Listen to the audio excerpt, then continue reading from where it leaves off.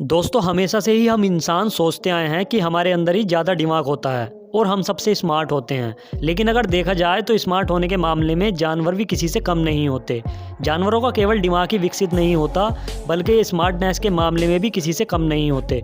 तो दोस्तों आज की इस वीडियो में हम आपको 6 ऐसे ही जानवरों से मिलवाने वाले हैं जो इस दुनिया के सबसे स्मार्ट जानवर माने जाते हैं।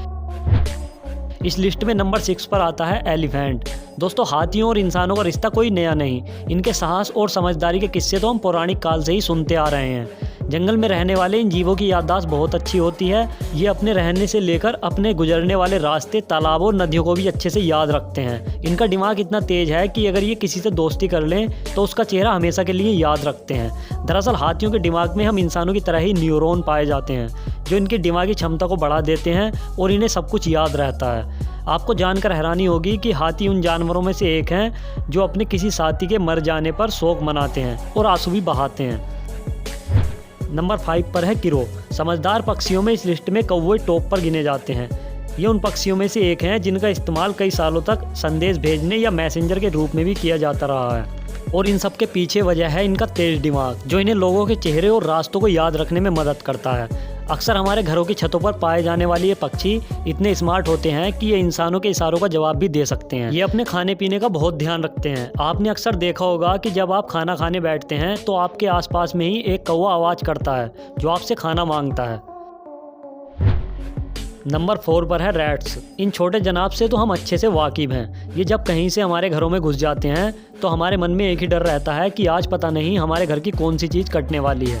वैसे तो हम इन चूहों को बहुत बुरा समझते हैं और इन्हें पकड़ने के लिए तरह तरह के उपाय भी करते रहते हैं। लेकिन अगर देखा जाए तो चूहे वो जीव हैं जिन्हें सबसे स्मार्ट जानवरों में से एक माना गया है। दरअसल इसके पीछे वजह है कि चूहों का दिमाग बहुत ही विकसित होता है।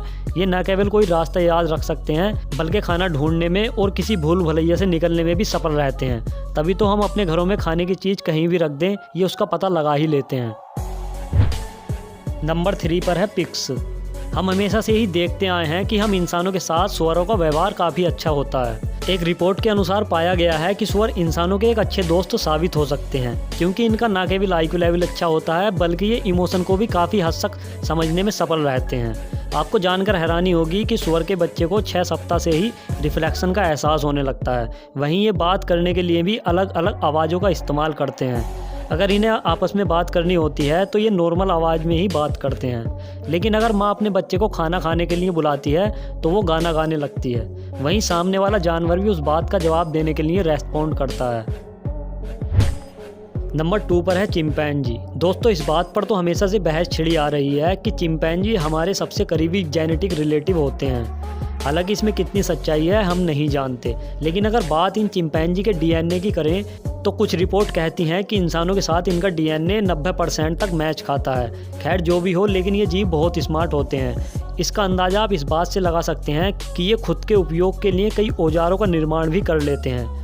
इनके बारे में वैज्ञानिकों का कहना है कि इनके अंदर शब्दों को सीखने और कहने की काबिलियत होती है। इस बात का नमूना आपको किसी जू में देखने को मिल जाएगा।